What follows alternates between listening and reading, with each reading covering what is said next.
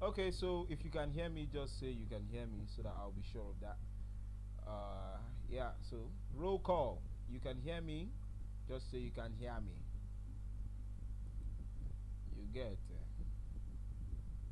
now only me they watch now, no more join class. So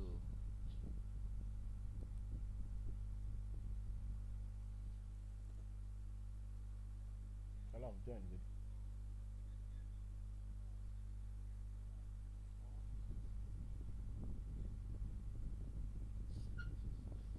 Oh yeah, Muna do enter our time, don't reach.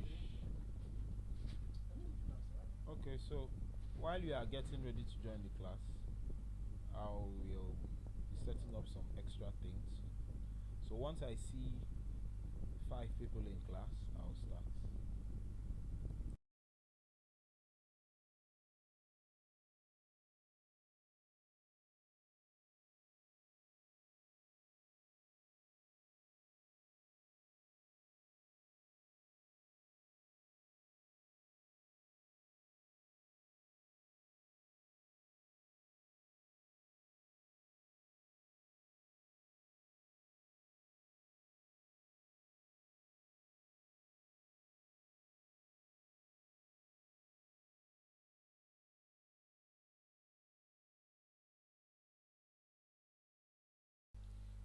Okay, I mean they try set up some things. We'll start. So let me lock this up and then get to class. So where's my board? So thank you very much for being patient and able to join the class. Um, as stated, we are going to be studying the concept of thermodynamics. You carry your seats, come back. The concept of thermodynamics and try out some questions in organic. Now, I hope everybody can hear me. Please indicate if you can hear me. I'm trying as much as possible. If you can hear me, please just type you can hear me or something. Make I know whether they hear me.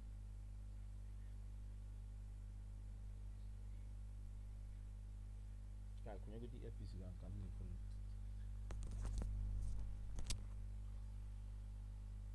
Oh yeah, Muna talk na time no day.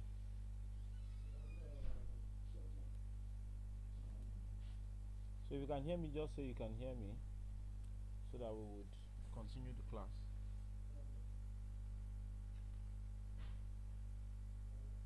Close door. Wow.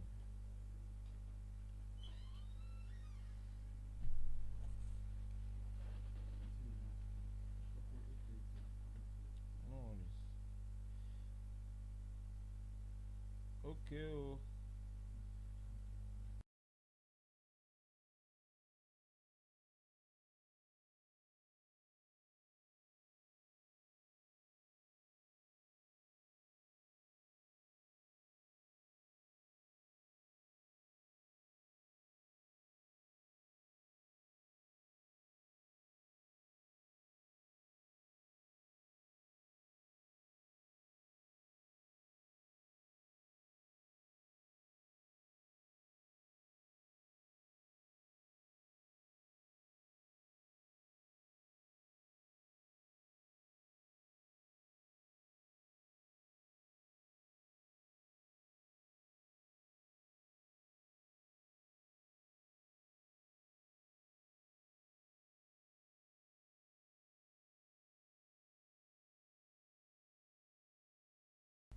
Oh yeah, for want of time, we'll have to start. Every other person that is joining, let's just get into it. Now, thermodynamics, as I said, is simply a concept that deals with the relationship between heat and other forms of energy.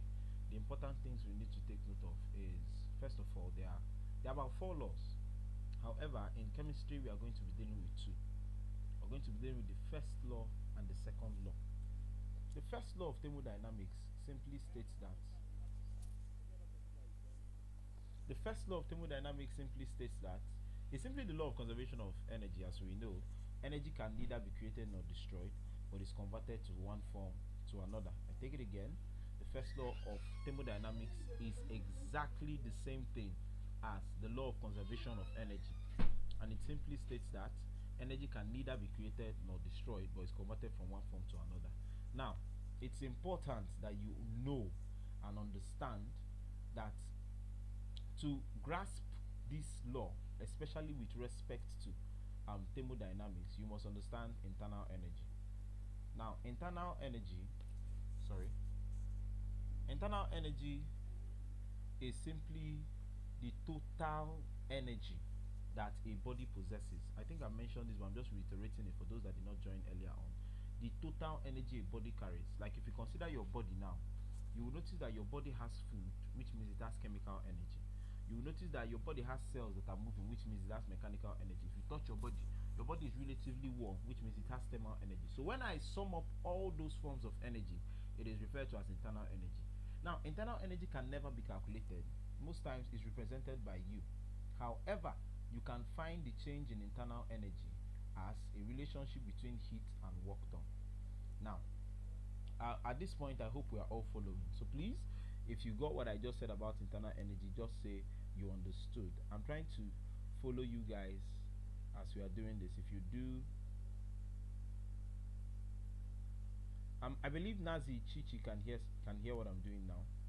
Confirm, please. So Nazi Chichi, just increase your mic. Probably it's from your end, because I think you all can hear me. Okay, so so far so good. Did we get what I said about internal energy? So when you're calculating every possible form of energy a body can possess, that is what we refer to as internal energy. You can understand, or you understood what I just said, please indicate. Remember, this is a live class and there's a lag. I need to full understand or note if people are following. So please, when I say indicate, just indicate. Don't be shy. Nobody knows your actual name probably. Okay, I just want one person to just wave, indicate, so I'll know you guys are still with me. Then I'll continue. Okay, is anybody doing that? Okay.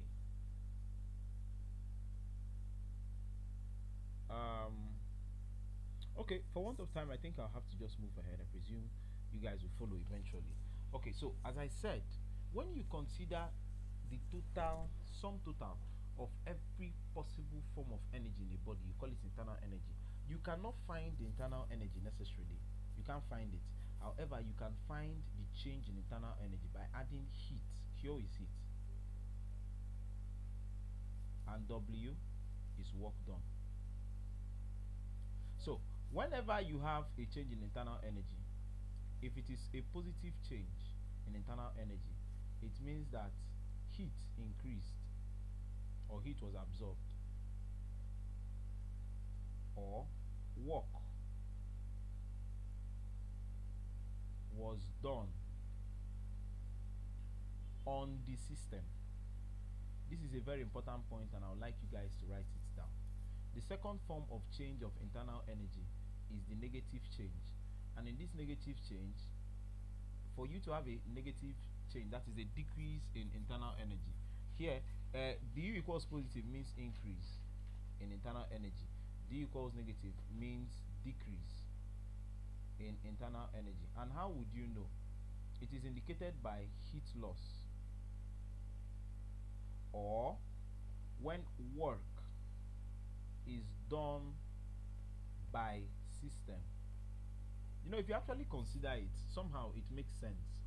When you as the system, when I say system in chemistry, system simply means anything that is under study. Surrounding simply means anything that is not under study. So let's say I'm studying this pen, probably you can see it.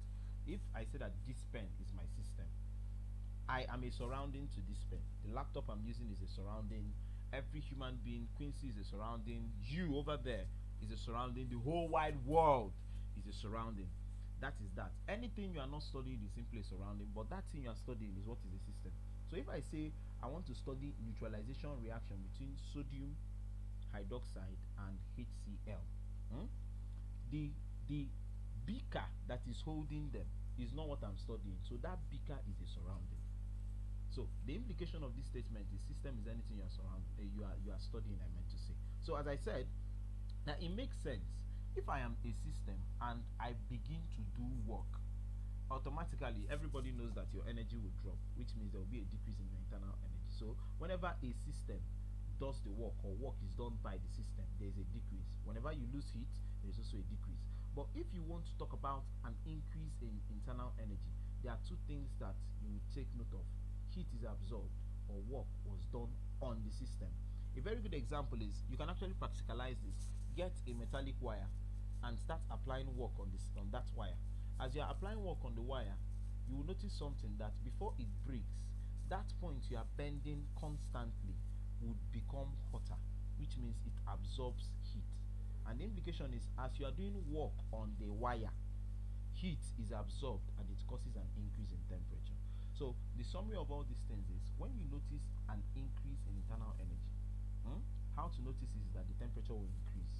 But when there's a decrease in internal energy, how to notice is that the temperature will decrease. That is that about internal energy. Now, the second thing we need to take note of in discussing thermodynamics, or the first law of thermodynamics, is what we call enthalpy. Now, enthalpy simply describes heat content. So when you say enthalpy, whenever you use the term enthalpy simply means heat content. Now, the problem about heat content is you can never find out the total heat content of a body. Why? The simple reason is because enthalpy represented by H is equals U plus what we call expansion work done. Expansion work done plus U. You know U is internal energy now. So we can't find enthalpy because we can't find U. However, we can find a change in H, a change in U. Now, before I get to this thing, what is expansion work done? Because you might be wondering what this is.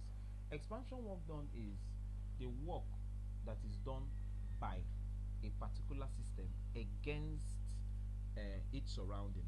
A very good example to describe this thing is, if you consider a balloon.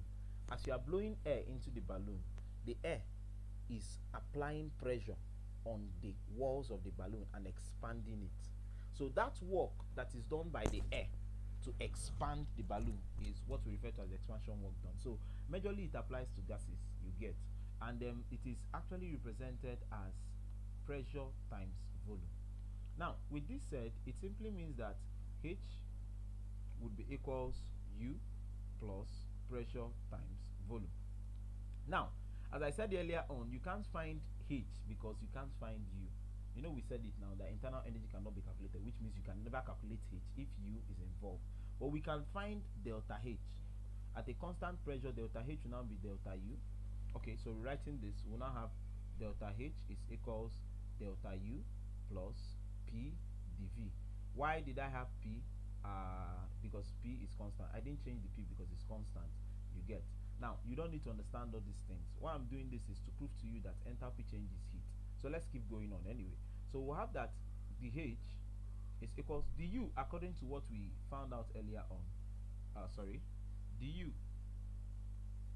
is equals Q plus W. So anywhere I see du, I can put Q plus W. So here I have du, I'm going to put Q plus W plus. Now remember that I call this expansion work done, which means that it is a work done, W.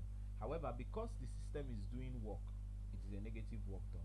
So what we are going to have here is plus minus W. So whenever the system is doing work, it is negative. So we have that our enthalpy change will now be equals Q plus W minus W, and eventually enthalpy change is equals Q. So why did I have to take you all through these processes? To come to the conclusion that enthalpy change is heat lost or heat gained. So just have that in mind.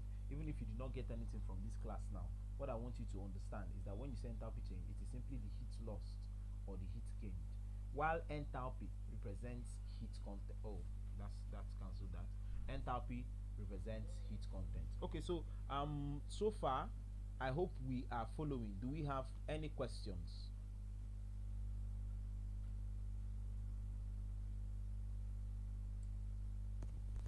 Okay. Chuku Prissy Pet, can you hear me currently? Let's confirm what you guys are saying. Ewo, I'm not audible enough. Okay. I didn't see this earlier on. Okay, let me just confirm.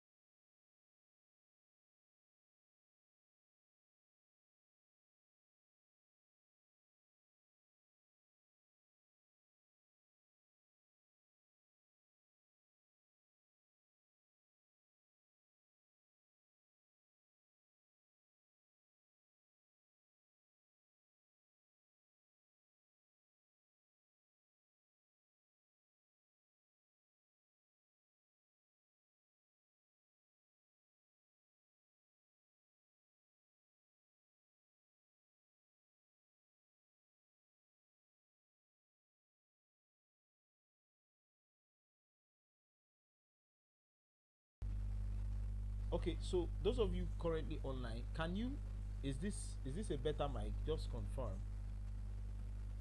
Please confirm if this is a better mic because I've been working on the mic. So check, is this a better mic so we can continue?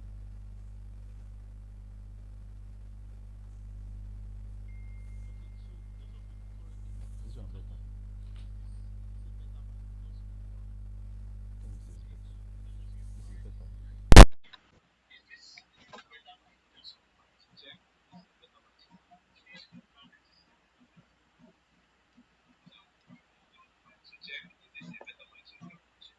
Okay, we see the way to Mona talk.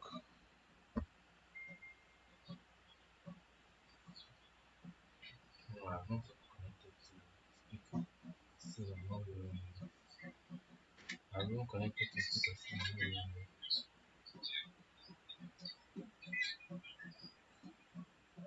What is doing?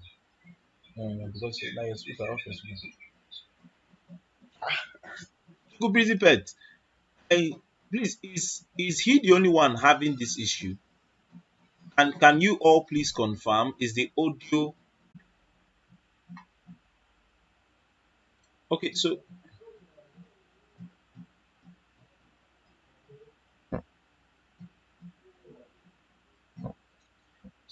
yes, okay. Busy pet can hear me now, so I can continue. Now, um, I don't know. Do I need to repeat the conclusion of what I was saying? Is simple.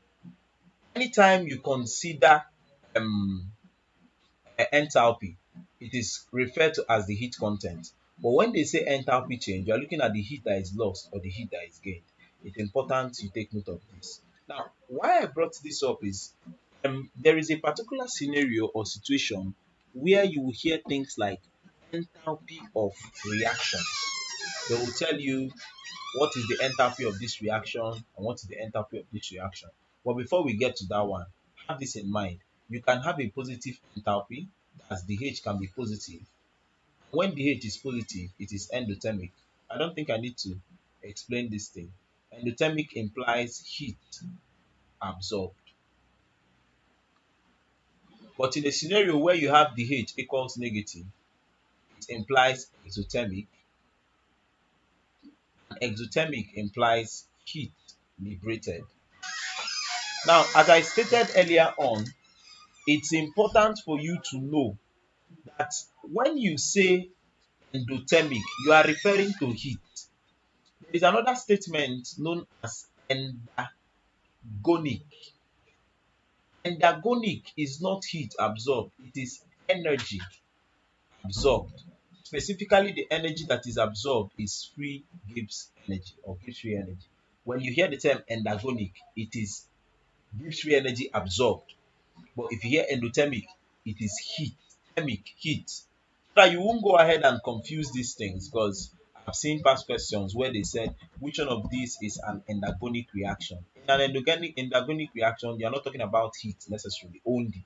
You are referring to generally energy being absorbed. Okay, so that's that. That when you see positive, it's endothermic. When you see negative, it's exo. When I say a reaction is exothermic, it simply means that that reaction has liberation of heat and then the delta H is negative. So yes, with that said, let's attempt this question. Very simple question. Yes, let's try this question. Where is the question again? Where is this question? Okay, see it here. So I presume you can all see it. Okay. So let's try the question. What do we think is the answer to this particular question? Yes. Let's put our answers out, please. What do we think is the answer? I am expecting your response.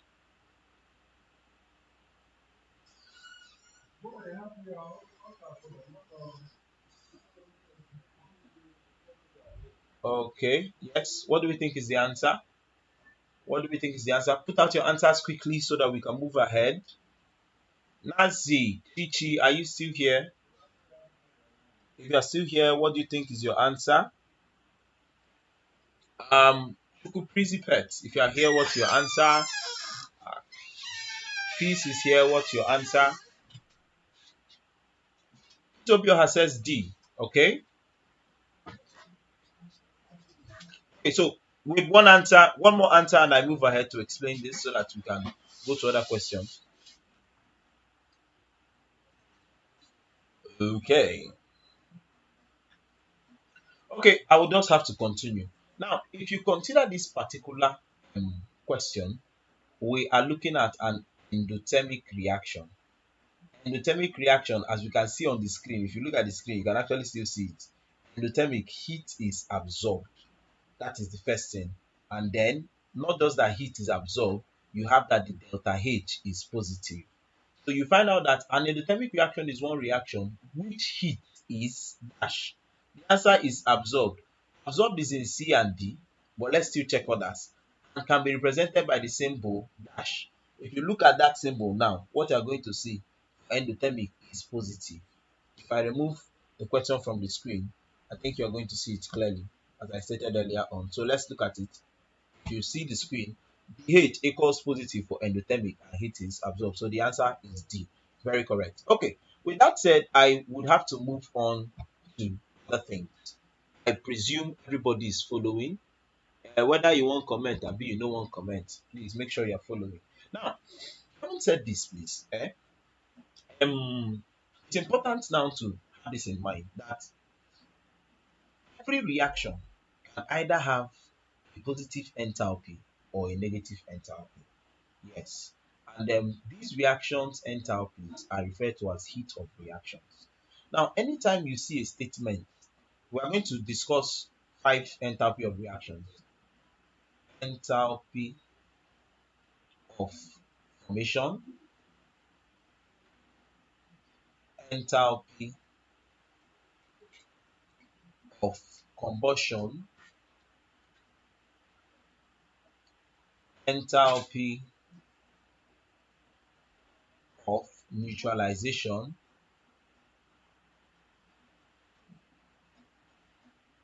enthalpy of vaporization, and okay, let's just discuss. Okay, probably finally enthalpy of solution. Now, the major thing about these things, you don't need to cram their definition, is that when you hear enthalpy of a reaction or a process, first of all, you need to know what the process is. Let's check vaporization, for instance. When I say enthalpy of vaporization, I need to ask myself, what is vaporization?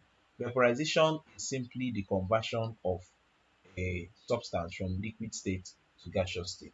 So when I'm saying enthalpy of vaporization, I can define it as the enthalpy change associated with converting 1 mole. So please have this in mind. Converting how many moles? 1 mole of a liquid to a gas. That's that simple. If I say enthalpy of solution, it is simply the enthalpy change. Remember, I did not say it is simply the enthalpy. I said it is the enthalpy change, which means it is the heat lost or the heat absorbed to dissolve 1 mole of a substance in a solvent. So generally speaking, when you hear enthalpy of reactions, you are looking at the heat absorbed or the heat lost for that reaction to take place. Now, but please, emphasis is on 1 mole. Did you notice that in all my definitions, I've been emphasizing 1 mole. This is why. If okay, before we get to the illustration, let's just write down these brief definitions. Let's start with the enthalpy of formation. So everybody, you can write. Enthalpy of formation is the heat lost or gained. I take it again. Enthalpy of formation is the heat lost or gained to produce 1 mole of compound. So because formation has to do with production, that's why I said it is the heat lost or gained to produce or form 1 mole of a compound. Now, emphasis from its constituent elements. So anytime you are talking about formation, you must deal with the production of 1 mole of a compound, and then it must come from its constituent elements. Which means that if I write a reaction and that reaction has a compound formed, but the compound is not from its constituent elements, that is not the enthalpy of formation. Okay, so what I mean, let's see. Let's look at these two reactions. We have C. Oh, to confirm. Oh, I think the question is still. Let me confirm something. Sorry.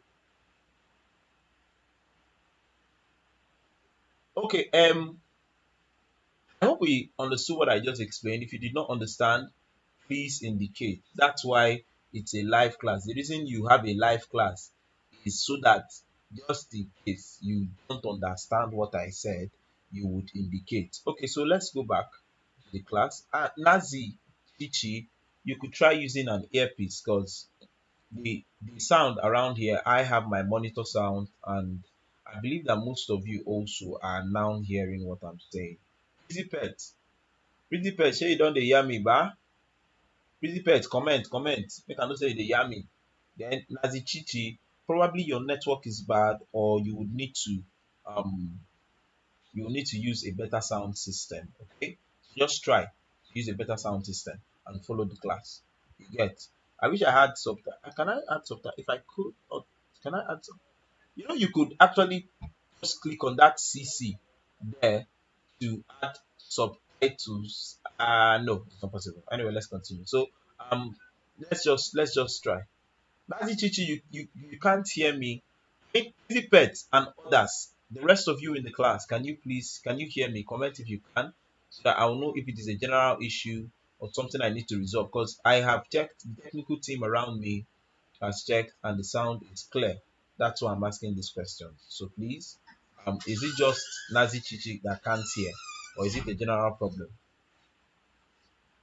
Okay, so Nazi Chichi, you could use an earpiece, or probably um, consider maybe a speaker or something. Okay, for want of time, I would have to continue. I presume every other person is listening and can hear me. Okay, so back to what I was saying. The emphasis in enthalpy of formation is that 1 mole of a compound must be formed, and not just that 1 mole is formed, you have that it has to be formed from its constituent element. Let's consider this reaction. If I have C plus O2, I react to give CO2. This is a solid, a gas, and a gas. Now, this is a balanced equation. You can balance, if you check it out, this is one carbon, two oxygen, two oxygen, so it's balanced. If I have an enthalpy change for this reaction is supposed to be minus 393 kilojoules per mole, or maybe an approximate value around this thing. Then I have another reaction, CO plus O2.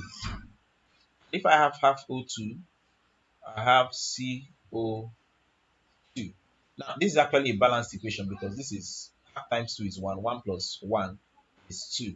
So it's balanced. So if I have gas, gas, gas. Now, the enthalpy change for this reaction is equals about minus 282 kilojoules per mole. Now, if you consider these two reactions, 1 mole of CO2 was formed here, and 1 mole of CO2 was formed here.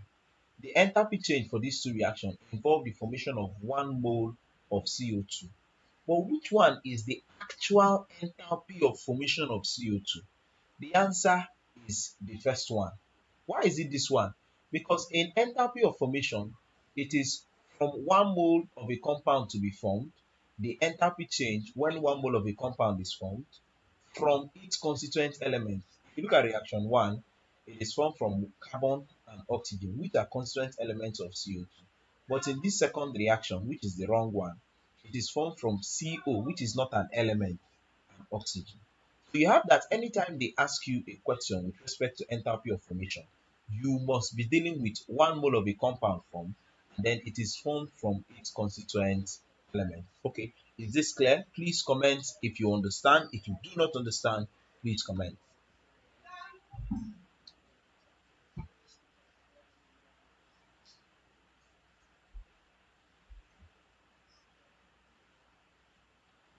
Okay, can we please respond? Because yeah, just one response and I continue class. If not, I'll have to wait till somebody responds.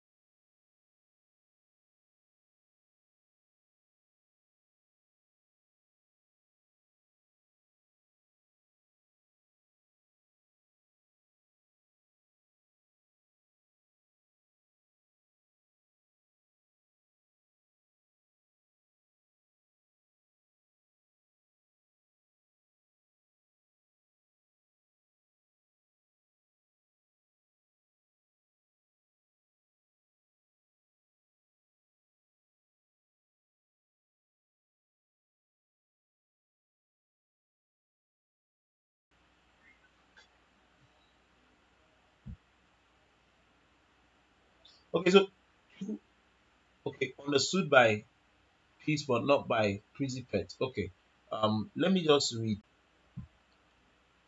And in the question, they say heat of formation, the other is not. Let's see which one is. Heat of formation is the enthalpy change, the H, that is associated with formation of 1 mole. This is correct, 1 mole. This is correct, 1 mole. From its constituent elements. The first reaction, you have the constituent elements of CO2 as carbon and oxygen. And this one is from its constituent element. But in the second reaction, CO is not an element, it's a compound. Oxygen is the element. But probably it's reconnected. Okay, so I have to move on from this for want of time so that we can get to touch other things. Okay, let's consider this question for instance now. Um, let's consider this question. Where is the question? Where is the question? Heat of formation. Okay. Okay. Before we get to this, I think I need to explain the other things before we come back to this question. Okay, so I presume I have talked about the heat enthalpy of formation. Another thing that can be used in place of enthalpy of formation is heat of formation. If you hear enthalpy of formation or heat of formation, they're the same thing. Now let's come to combustion. The enthalpy of combustion is the enthalpy change. Let's write. If you have your pen, please write down because it will help you understand this thing better. The enthalpy of combustion is the enthalpy change. It means burning. So burning of 1 mole. So combustion is burning of 1 mole of a compound or element. So I take it again. The enthalpy of combustion is the enthalpy change associated with burning of 1 mole. Please emphasize, emphasis, 1 mole. Burning of 1 mole of a compound or element in oxygen. I take it again. The enthalpy of combustion is the enthalpy change associated with burning of 1 mole of a compound or element in oxygen. Okay, so let's use some other thing to explain what I mean. Imagine I have a reaction. Let's look at this reaction. 572 kilojoules. Okay, so let's look up. Now, I hope you know what negative means. It simply means that heat is lost in this reaction. So have in mind that most combustion reactions are exothermic. Most combustion reactions are exothermic. So most reactions where a substance reacts with oxygen is usually exothermic. You can note this. Combustion reactions are usually exothermic. Other reactions that are usually exothermic are neutralization reactions. Once you are dealing with a reaction between an acid and a base, it's also exothermic. We'll come back to that anyway. But then listen. Now, if you look at this reaction, eh, this is a reaction between a substance and oxygen, and the enthalpy change should be the enthalpy of combustion. However, before you say that something is an enthalpy of combustion, you must be dealing with one mole, which means this one that is 2 mole, this enthalpy change here, enthalpy of combustion. It is an enthalpy change, oh, but it is not the enthalpy of combustion. Why is it not? There's a little disconnection, but I hope it is restored. Let's come back. I take it again. When they say what is the enthalpy of combustion, it is simply the enthalpy change of a reaction in which 1 mole of that substance is reacting with oxygen or burning in oxygen. So if you look at it now, here you have 1 mole of hydrogen burning, the enthalpy change is minus 2,586. But here you have 2 moles, which means this enthalpy change is not the heat of combustion. It is simply the heat of reaction, but it is not for combustion, because when you say the heat of combustion, you must be dealing with burning how many moles? Burning 2 moles is minus 572, and you want to find one to burn 1 mole, which is the heat of combustion. You simply divide it by 2 and you get your answer.